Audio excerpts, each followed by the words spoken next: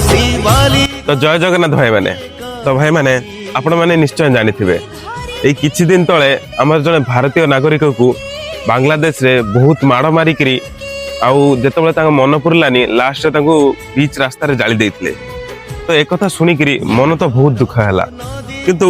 मु आपण मानक गोटे कथा पचारे चाहिए कौन से मैंने ये ठीक कले आदि से मैंने ठीक करना तो आम सरकार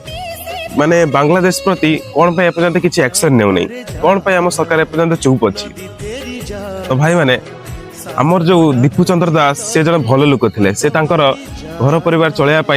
आ निजर पेट पोषिया जाकि अलग देश में पढ़ी रही काम करते किंतु सहित एभली व्यवहार करने कौन ठीक थिला आपण मानक मोर गोटे अनुरोध